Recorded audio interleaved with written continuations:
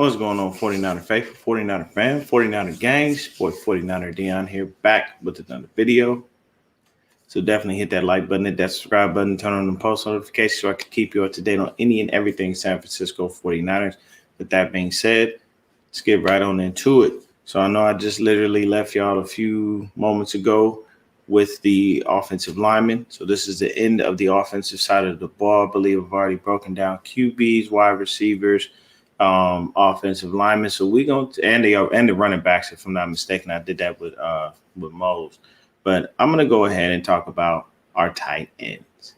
Now we all know starting tight end is George Kittle. That's a dead given. No one ever should question that. Period, point blank.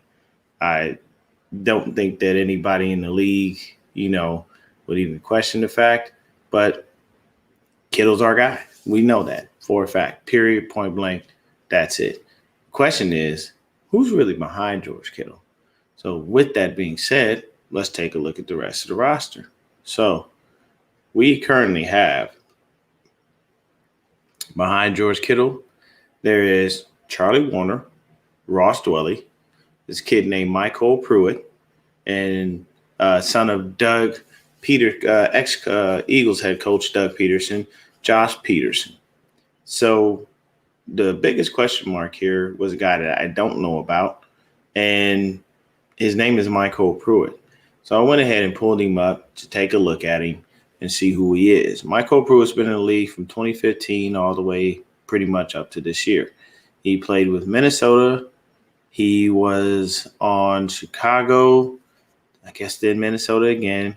Looks like he played for Houston in 2017. In the last few years, he's been with Tennessee. Now, it's very odd that he was with Tennessee when we were looking previously at who? Delanie Walker, who was previously here with us.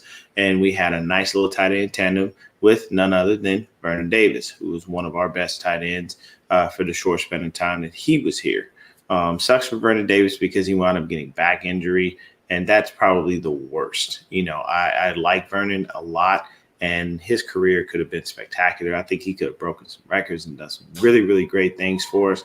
But tell you, man, those injuries creep up on you. They shorten your career faster than you think. Lucky thing for Vernon is he got a free ring out of it. He went over to Denver. He was on the roster. He can say he's a Super Bowl champ. He didn't really have to work for it or do much for it. But hey, I'll take the free ring rather than not having anything. Yeah, I'm back at it. I figured I'd shoot out this last one on the tight ends real quick. And then once we get into the defensive side of the ball, I'm going to bring some guests through, so we can get some opposite perspectives when it comes to that. As far as our tight ends go, though, of course, we know George Kittle. We know what he can do. We know what he brings to the table. We know how great he is. George Kittle can block. George Kittle can catch. He's almost like having another offensive lineman on the, on the line with the rest of these guys because of how great he is. And at the same time, his father was an offensive lineman, so that's why he knows how to block so well. Having his dad teach him, having his coaches at Iowa, continue to work with him and teach him everything. And we got George Kittle in the 5th round. We didn't know he was going to be a gem like this. We didn't know we were going to strike gold and land a tight end like that. The only thing about Kittle is we want him to stay healthy through the full season, so we have to have a viable backup to allow him the proper rest to be able to get to his body. Guy's been playing with a torn labrum since he's been here. He said he will not get that fixed until he ends his career. So if he knows how to play with it, he knows how to manage it that well, who am I to judge? But the next guy up is going to be, honestly, for me, I think it's Ross Dwelley.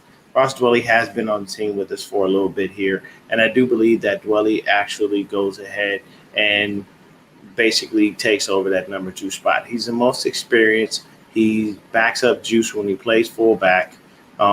If Juice ever needs to be spelled or if there's something that ever happens or any kind of injury or anything like that. And then the other thing is he's actually really good. He doesn't get a lot of chances, but Ross Dwelley, man, he ain't no joke.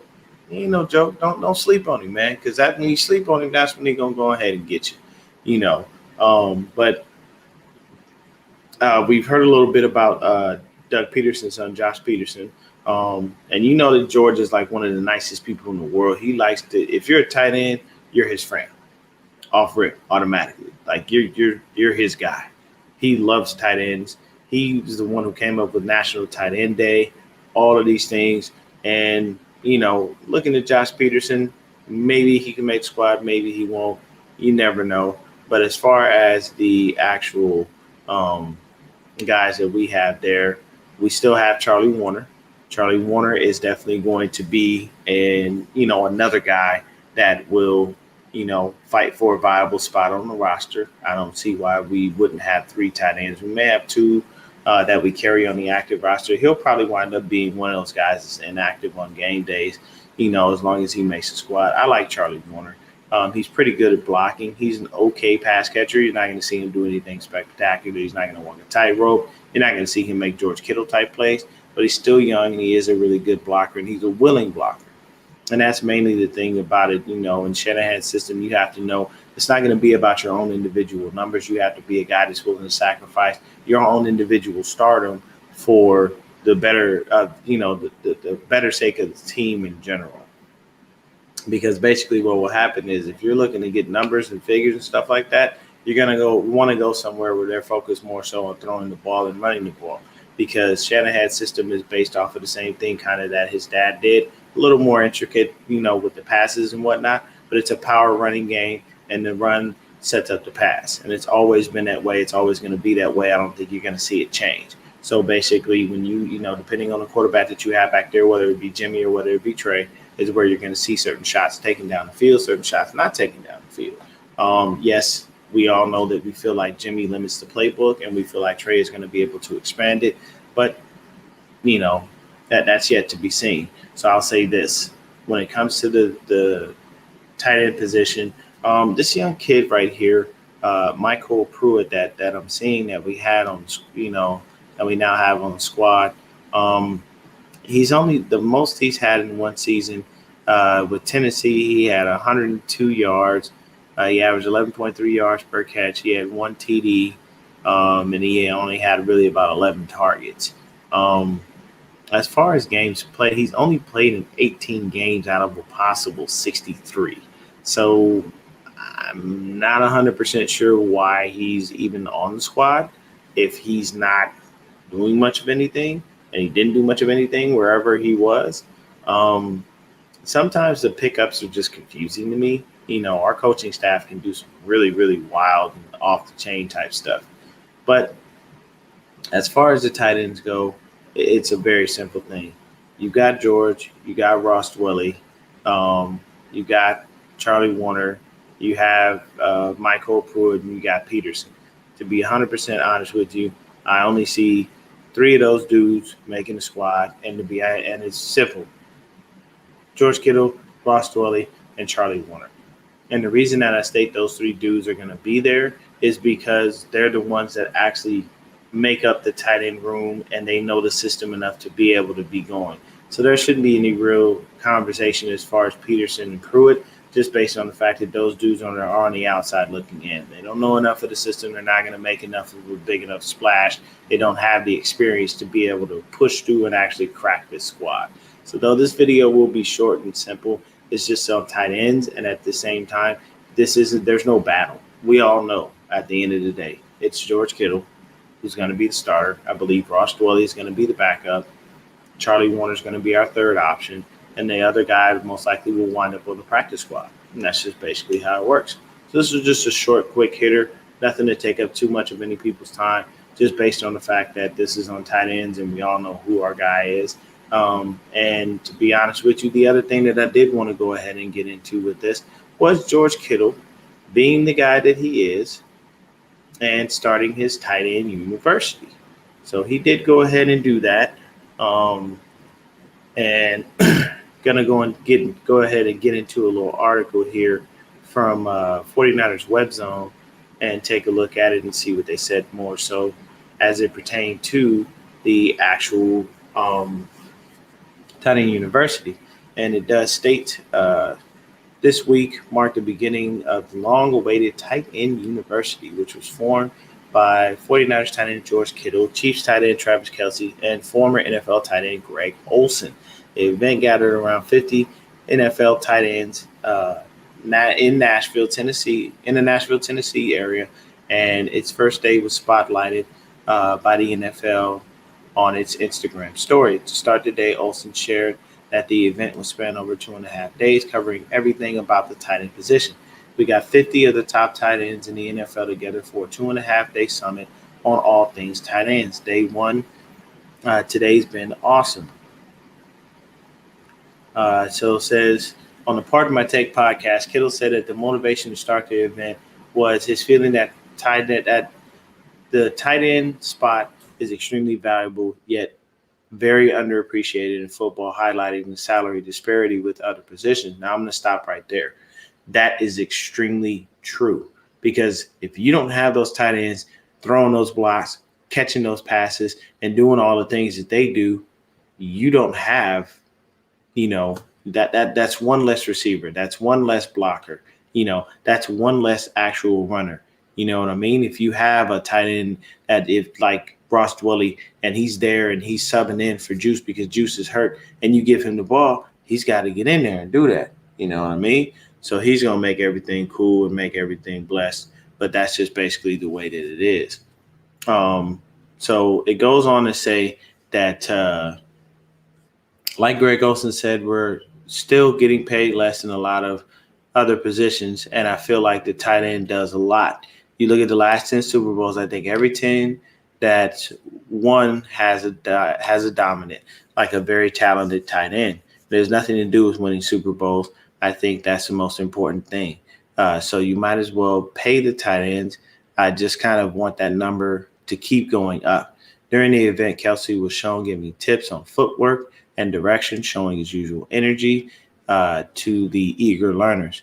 Kittle seemed to enjoy his camp as the group behind him was seen focusing on its releases off the line of scrimmage. The tight end once again highlighted his goal of seeing everyone get better. We are working on our releases out there, Kittle said. We're out here getting better. Guys, that's fun. Many notable faces were in attendance, including Atlanta Falcons rookie Kyle Pitts, who came out to learn from the veterans and soak up the information before the NFL, before his first NFL training camp. In fact, Kittle mentioned the Falcons rookie on the Pardon My Take podcast and how beneficial the 2-day camp would be in smoothing the transition period from college to the NFL. Like I said, when tight ends come together, you can learn. Kittle shared what's more important, like Falcons rookie Kyle Pitts. He's going to be really good, but the NFL is faster than college. And if he can sit in the room for 2 days and learn from guys like Greg Olsen, me, Travis Kelce, Mercedes Lewis, Luke Stocker, you got vets in there. You can learn a thing or two. It's just going to take guys' careers, hopefully, on an uphill trajectory. The event resumes today, the summit's second day, which will give players another opportunity to craft their skills, to improve their craft as they head towards training camp. Now, see, what George Kittle basically did right there, guys, was he took it. Hey, what's going on, Ronnie? He took it to another level. He basically said, you got offensive linemen that get together. You got defensive linemen that get together. You got DBs that get together. You got wideouts that come and hang out. You got QB. You got all these dudes that come together, but nobody does anything for the tight end position. So him, Greg Olsen, Travis Kelce, they created this tight end university and said, you know what? We're tired of being second rate. We do way too much. We need to be noticed. You want to give, guys like DeAndre Hopkins, Antonio Brown, and Julio Jones, and all these number one receivers, all this money, but they ain't out there doing the grunt work. They ain't out there blocking for the runs. They got all these things. Yes, they did get a beast in the draft. Kyle Pitts is going to be an amazing, amazing young prospect. Yes, he's going to be great. But that's basically what it is. He said himself, hey, I don't want us to be neglected anymore. I'm going to put us in the forefront. I'm going to teach these young kids, and I'm going to give them something to go on. And I think that's actually very, very fantastic of him. And like I said, if you're a tight end, he's your friend. There's a notable guy that did not get an invite, and his name is Tim Tebow. But the reason Tim Tebow didn't get an invite is because he's not a tight end. They wanted Tim Tebow to play tight end when he came out of college. Nobody thought that dude could be a quarterback. Yes, Tim Tebow had a little run. He won a couple of games. He won a little playoff game. But he washed out of the league pretty quickly.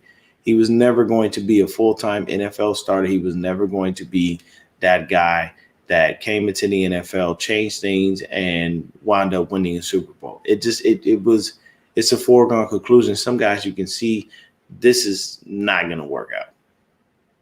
Just looking at his mechanics, looking at his throwing motion, all of the things that went into play.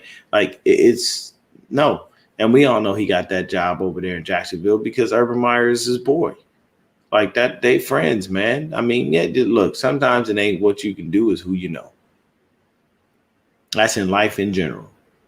There are certain places you can work and you could be doing a crap job, but if you know the owner or you know the manager, you might wind up as an assistant manager. You might wind up getting a raise or something like that. Why? Because you know these people. It's just how it works. Everybody knows this. But the Tight End University was a beautiful thing. Sorry if when I was reading, I was kind of stumbling over things. Somebody was calling. I was kind of trying to make sure that I ain't missed nothing. But at the end of the day, it's a very simple thing. George Kittle is one of the best tight ends in the league, and he's helped create a lane for them to get paid. You got to respect a dude like that. You got to give him some credit. That's a beautiful thing for somebody to think, I don't want to be the only guy that come in here and got paid like that. I want everybody to get their money, because at the end of the day, what do? They pay the quarterback. Quarterback always gets paid high. He always got the most money. There's never been nothing new about that. You know what I'm saying? You'll have your Mahomes, you'll have your Russell Wilsons, you'll have your Matt Ryans, your Aaron Rodgers. You'll have those guys that are getting ridiculous amounts of money. Your Dak Prescott's, the 40 mil, per year and stuff like that. They're sucking up a ridiculous amount of the cap space, but it should be spread around. So with the cap going up next year, can you see a couple of tight ends getting some extensions? Depends on their contract situations and what they produced on the field. At the end of the day, the tight end position is a very, very, valuable position. It's extremely intricate. And to have them come together and create something like that was a fantastic thing. And then, yes, you get a dude that's knowledge, that's game that's given to you. And you can't get that elsewhere, man. I know it was only 2.5 days, but in that time frame, they can tell you this is how you got to work on your footwork. These are the things that are going to go on. The transition from college to the NFL could be different because the speed is way faster. If you hear anything about the NFL, it's always that the speed is ridiculous. They're like, okay, these dudes are coming to me in way more time, and that's one thing that Trey Lance will have to deal with. He's going to look and go, oh, I had all day to sit back in the pocket. Now I don't. Same thing with Zach Wilson. I had all day to sit back in the pocket. Now I don't. These dudes come to me and they want to take my damn head off. That's just basically how it works. So I'm going to go ahead and shut this video down. I just wanted to give y'all a quick little joint on the tight ends. I'll be back with more. We're going to flip to the other side of the ball. Go ahead and hit the, the safeties, the DBs, and the defensive linemen. And the linebackers one will probably be just as short as this one because we all know we only have a few linebackers and we already know who's going to be the starters pretty much. But thank y'all for tuning in. Y'all have yourselves a wonderful day. Stay blessed. Stay faithful. I'm out.